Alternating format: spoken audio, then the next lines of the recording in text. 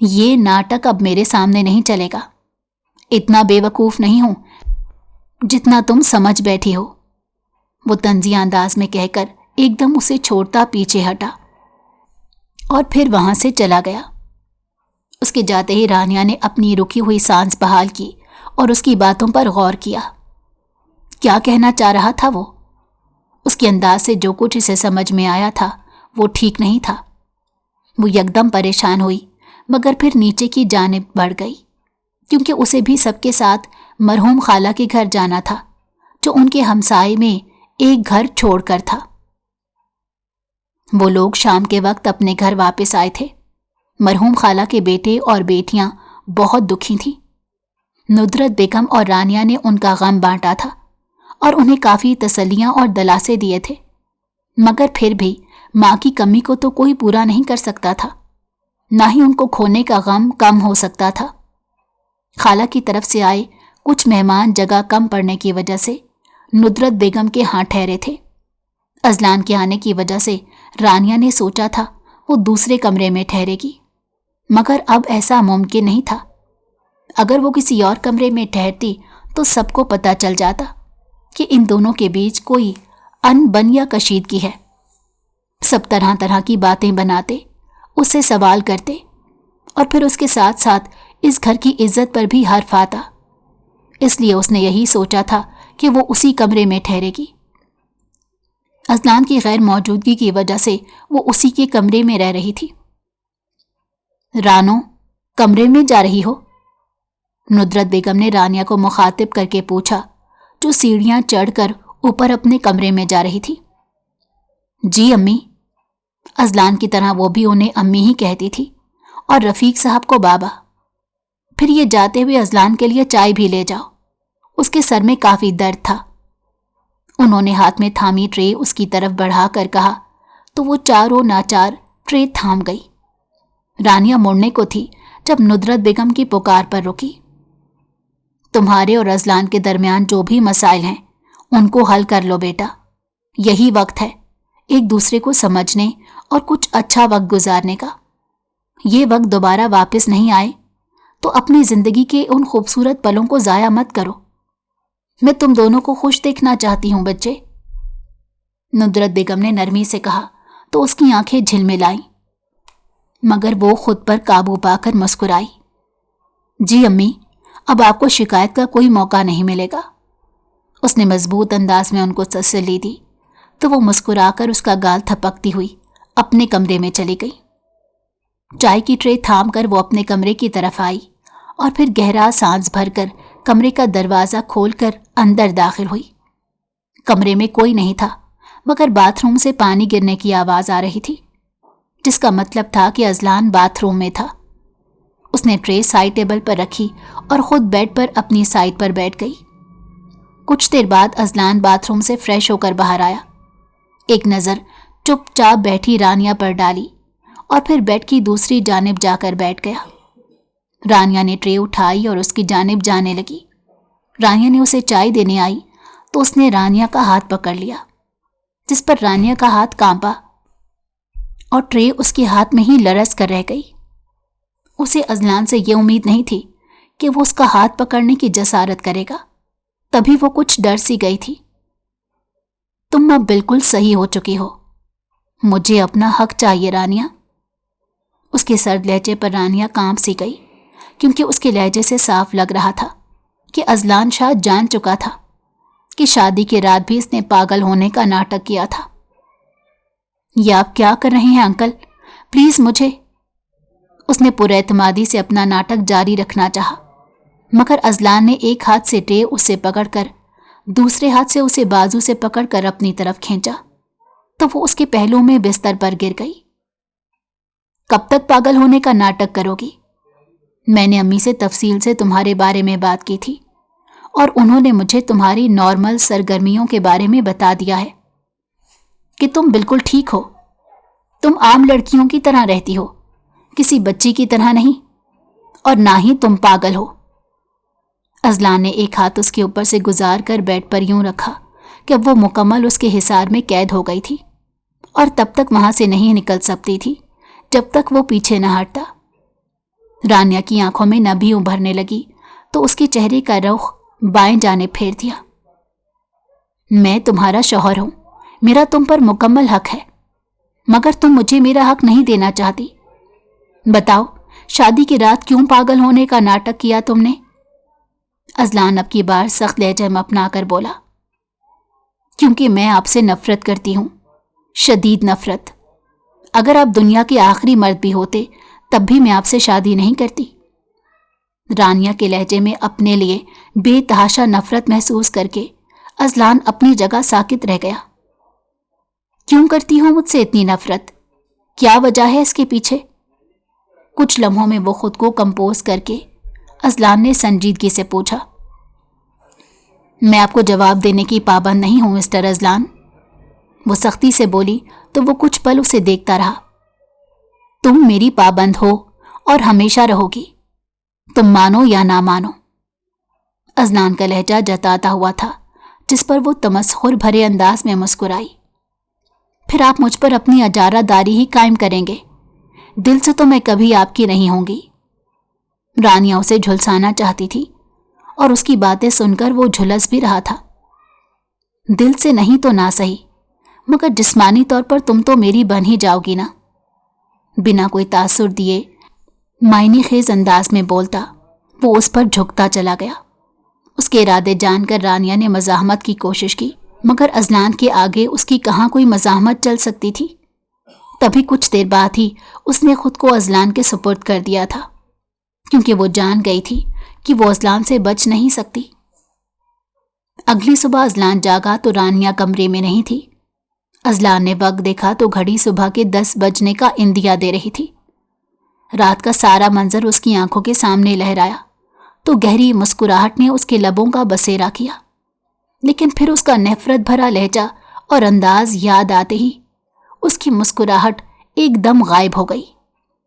رانیہ کمرے میں نہیں تھی اور باتھ روم کا دروازہ بھی کھلا ہوا تھا۔ یقیناً وہ نیچے چلی گئی ہوگی۔ یہی سوچتا وہ اٹھا اور کپڑے لے کر فریش ہونے چلا گیا۔ کچھ دیر بعد وہ نکھرا نکھرا نیچے آیا۔ مہمان اور رانیہ کے ساتھ اذلان کی ماں بھی مرحوم خالہ کے گھر گئی ہوئی تھی، وہ بھی ادھر ہی چلا گیا۔ رانیہ ادھر ہی بیٹھی قرآن خوانی کر رہی تھی۔ سفید رنگ کے سوٹ میں اس کا سوگوار سا حسن بے حد دمک رہا تھا۔ اذلان کو اس کا چہرہ سپاٹ سا لگا۔ سارا دن وہاں گزار کر وہ لوگ شام کو واپس آئے تھے۔ ان کے گھر ٹھہرے ہوئے سبھی مہمان دوپہر کو ہی واپس چلے گئے تھے۔ رانیہ کا رویہ اس کے ساتھ کافی سرد اور اکھڑا سا تھا۔ وہ کمرے میں آئی تو اذلان نے اسے قریب کرنا چاہا۔ آپ کی غلام ہونا، کٹ پتلی، جو آپ جب چاہیں آپ کو میسر آ جائے۔ گھن آتی ہے مجھے آپ سے جب آپ میرے پاس آتے ہیں۔ رانیہ کا پھر سے نفرت بہلا لہجہ اذلان کو تیش دلا گیا اور اس نے رانیہ کو بازو سے دبوچ کر کمرے سے نکال دیا اور خود اسٹڈی ٹیبل پر رکھا سارا سامان نیچے پھینک دیا۔ وہ بیڈ پر جانے لگا جب اس کی نگاہ نیچے پڑی جہاں کالے رنگ کی ایک ڈائری پڑی ہوئی تھی۔ اس نے کچھ حیرت سے وہ ڈائری اٹھائی اور بیڈ پر بیٹھ گیا۔ فرنٹ پیج پر رانیہ اذلان شاہ لکھا ہوا تھا۔ اسے خوشگوار حیرت ہوئی کہ رانیہ نے اپنے نام کے ساتھ اس کا نام لکھا ہوا تھا، جبکہ دعوے وہ نفرت کے کرتی تھی۔ اس نے اگلا پیج کھولا تو اسے جھٹکا لگا۔ سامنے ہی لکھا ہوا تھا کہ اذلان شاہ میری پہلی اور آخری محبت ہے۔ اس سے پہلے نہ کوئی مرد میری زندگی میں ہے اور نہ اس کے بعد کوئی ہوگا۔ اس کے نیچے ڈیٹ بھی لکھی ہوئی تھی جو 2 سال پہلے کی تھی۔ اس سے اگلے صفحے پر بھی ایسی ہی محبت کا اظہار کیا گیا تھا اور لکھا تھا کہ خود سے بڑھ کر مجھے اذلان شاہ پر یقین ہے۔ آگے کئی صفحات پر اذلان کی محبت میں کئی چھوٹے چھوٹے جملے کہے گئے تھے جن کے نیچے وقت اور رانیہ کے ساتھ اذلان کا نام لکھا گیا تھا۔ اسے بچنے کے لیے رانیہ نے پاگل ہونے کا ڈرامہ کیا تھا اور اب یوں اس ڈائری میں رانیہ کی اذلان کے لیے محبت کا انکشاف ہونا اذلان کے دھچکے کا باعث تھا۔ اذلان نے اگلا صفحہ کھولا تو دنگ رہ گیا۔ وہاں آج سے ٹھیک 1 سال پہلے کی تاریخ درج تھی اور اوپر صرف 2 ہی جملے لکھے ہوئے تھے۔ آج مجھے اذلان شاہ سے نفرت ہو گئی۔ آج میرے دل میں اس کی محبت ہمیشہ کے لیے مر گئی۔ دونوں جملے پڑھ کر اذلان کے دل کو کچھ ہوا۔ اس نے ایسا کیوں لکھا تھا؟ اذلان کو سمجھ میں تو نہیں آیا، مگر تکلیف ضرور ہوئی تھی۔ میں تمہیں شاید کبھی سمجھ نہ پاؤں رانیہ، اذلان نے خود کلامی کرتے کہا، اور ڈائری پوری پڑھ کر واپس اس کی جگہ پر رکھ کر اٹھ کھڑا ہوا۔ چاہ کر بھی وہ کوئی ایسی وجہ نہیں ڈھونڈ پایا تھا جس کی وجہ سے رانیہ اس سے نفرت کرتی، اتنی نفرت کہ اس سے دور رہنے کو رانیہ نے پاگل ہونے کا ڈرامہ کرنے سے پہلے بھی کچھ نہیں سوچا تھا۔ کافی دیر بعد وہ کمرے سے نکلا تو رانیہ کو ہنس ہنس کر ندرت بیگم سے باتیں کرتے دیکھا۔ اذلان کو دیکھ کر اس کی ہنسی کو بریک لگ گئی اور وہ ناشتہ بنانے کا کہہ کر وہاں سے اٹھنے لگی، جب اچانک اس کا فون بجا۔ رانیہ نے فون کھول کر دیکھا تو یکدم اس کا رنگ پیلا پڑ گیا۔ اذلان جو غور سے اسی کو دیکھ رہا تھا چونک اٹھا۔ کچھ دیر وہ فون کو دیکھتی رہی اور پھر نظریں اٹھا کر درزیدہ نگاہوں سے اذلان کو دیکھا۔ اس کی نگاہوں میں شکوہ، شکایات، نہ جانے کیا کچھ تھا، جسے دیکھ کر اذلان بے بس ہوا کہ وہ کچھ بتاتی بھی تو نہیں تھی۔ یکدم فون سے نظریں ہٹا کر وہ وہاں سے اٹھی اور پھر کچن میں چلی گئی۔ ناشتہ کرنے کے بعد اذلان اپنے کمرے میں جانے لگا، جب گارڈن میں کھڑی کسی سے فون پر بات کرتی رانیہ اذلان کو نظر آئی۔ اذلان نے دیکھا کہ وہ بات نہیں کر رہی تھی بلکہ سامنے والے سے بحث کر رہی تھی، مگر مقابل کون تھا اس بارے میں اذلان نہیں جانتا تھا۔ طرح طرح کے گمان اذلان کے ذہن میں آنے لگے۔ اسے لگ رہا تھا جیسے اس نے زبردستی کر کے یہ شادی کروائی تھی، ویسے ہی رانیہ کے ساتھ بھی زبردستی کی گئی ہوگی۔ یقیناً وہ کسی کو پسند کرتی ہوگی جس سے اس کی شادی نہ ہو سکی، تبھی تو وہ اذلان سے شادی پر خوش نہیں تھی۔ لیکن اگر وہ خوش نہیں تھی تو اس ڈائری میں اس نے اتنا زیادہ اذلان سے محبت کا اظہار کیوں کیا تھا؟ اذلان کو کچھ سمجھ میں نہیں آ رہا تھا۔ ہاں، یہ ہو سکتا تھا کہ جس سے وہ محبت کرتی ہو اس کا نام بھی اذلان ہو۔ کافی دیر وہ کھڑی فون پر بحث کرتی رہی اور پھر اندر چلی گئی۔ اذلان کمرے میں پہنچا تو وہ خود باتھ روم میں تھی، جبکہ اس کا فون باہر ہی تھا۔ اذلان تیزی سے فون کے پاس آیا۔ ابھی اس نے فون اٹھایا ہی تھا جب فون پر کسی کی کال آنے لگی۔ نام کی جگہ پرائیویٹ لکھا شو ہو رہا تھا۔ اذلان نے ایک دفعہ باتھ روم کی جانب دیکھا جس کا دروازہ بند تھا، اور پھر فون کو جو اب بج بج کر بند ہو چکا تھا۔ اس نے کچھ سوچ کر رانیہ کا واٹس ایپ چیک کرنا شروع کیا۔ میسیجز کی جگہ کالز کی بھرمار تھی، لیکن اس کی قدموں تلے سے زمین سرکی جب اس نے اس نمبر پر آئی تصویریں چیک کی۔ ساری تصویریں دیکھتے ہوئے اس کا وجود غصے سے بھر گیا تھا، مگر اس نے رانیہ سے کچھ نہیں کہا اور نہ ہی کچھ پوچھا، بس خاموشی سے باہر نکل آیا۔ وہ ہال میں ایک سائڈ پر رک گیا تھا کہ اگر وہاں رانیہ آتی تو اسے بالکل بھی اذلان کی موجودگی کا احساس نہیں ہوتا۔ کچھ دیر بعد وہ سر پر حجاب کر کے کندھوں پر چادر اوڑھے باہر آئی تھی۔ ایک ہاتھ میں فون اور دوسرے کندھے پر پرس لٹکا رکھا تھا۔ وہ محتاط انداز میں ادھر ادھر دیکھتی باہر نکلی اور پھر ڈرائیور کے ساتھ گاڑی لے کر گھر سے نکل گئی۔ اذلان نے تیزی سے دوسری گاڑی نکالی اور پھر خود بھی مین روڈ پر آ کر رانیہ کی گاڑی سے مناسب فاصلہ رکھ کر اس کا پیچھا کرنے لگا۔ 10 منٹ میں رانیہ کی گاڑی ایک ریسٹورانٹ جا کر رکی تھی۔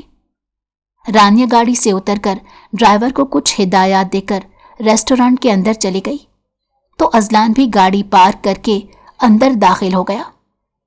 وہ دیکھنا چاہتا تھا کہ آخر رانیہ یہاں کیا کرنے آئی ہے، کیونکہ جو کچھ وہ جان گیا تھا اس نے اذلان کے اندر غم و غصہ بھر دیا تھا۔ ریسٹورانٹ کے ہال میں ادھر ادھر نگاہ دوڑاتے اسے کونے والی ٹیبل پر رانیہ بیٹھی نظر آ گئی، جس کی اس کی طرف پشت تھی اور وہ اذلان کو دیکھ نہیں سکتی تھی۔ اذلان منہ پر ہاتھ رکھ کر منہ کو چھپانے کی کوشش کرتا اس کے پیچھے والی میز پر جا کر بیٹھ گیا کہ اب اس کی بھی رانیہ کی طرف پشت تھی، جس سے وہ اسے دیکھ تو نہیں سکتا تھا مگر باتیں ضرور سن سکتا تھا۔ اس نے اپنے لیے کافی کا آرڈر کر دیا جب اسے اپنے پیچھے کرسی گھسیٹنے کی آواز سنائی دی۔ یقیناً رانیہ کے پاس کوئی آ کر بیٹھا تھا۔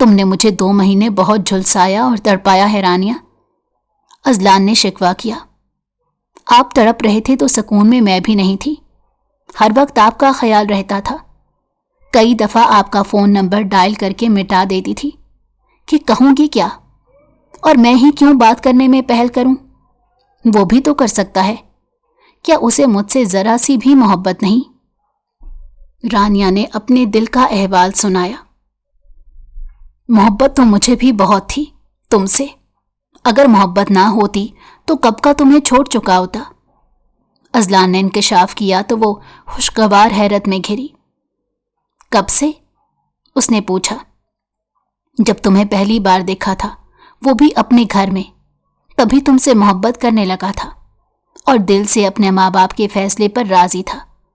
اگر دل سے راضی نہ ہوتا تو کبھی تم سے شادی نہیں کرتا۔ اور یہی نہیں، جو حرکت تم نے شادی کی رات کو کی تھی، کوئی اور ہوتا تو شادی کی رات ہی تمہیں تمہارے کارٹون سمیت اپنی زندگی سے باہر پھینک دیتا، لیکن میں نے تمہیں وقت دیا کیونکہ تم میرے لیے اہم تھی۔ اذلان نے محبت پاش نظروں سے اسے دیکھ کر کہا۔ تھینک یو اذلان، اور پلیز مجھے معاف کر دیں، رانیہ نے کہا۔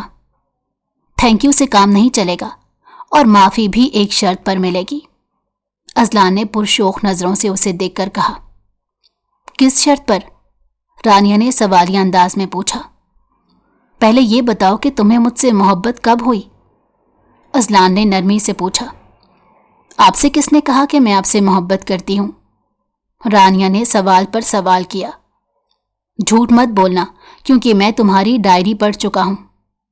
اذلان نے فوراً اسے ٹوکا تو رانیہ نے گہرا سانس بھرا۔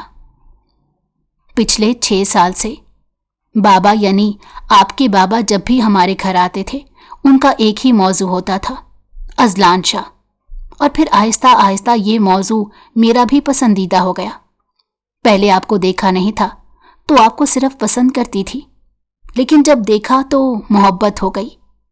یہی وجہ تھی کہ آپ کی خوشی کے لیے اپنی محبت قربان کرنے کے لیے راضی ہو گئی، رانیہ نے سر جھکا کر کہا۔ وہ میری خوشی نہیں تھی رانیہ، میری خوشی تم ہو، صرف تم۔ اذلان نے محبت پاش نظروں سے اسے دیکھتے اپنے حصار میں بھرا تو اس نے بھی کوئی مزاحمت نہیں کی۔ پہلے نہیں پتا تھا نا، اسی لیے وہ سب کر گئی، رانیہ نے منہ بسور کر کہا۔ یہ سب غلط فہمی میں ہوا، اسی لیے تمہیں معاف کر دیا۔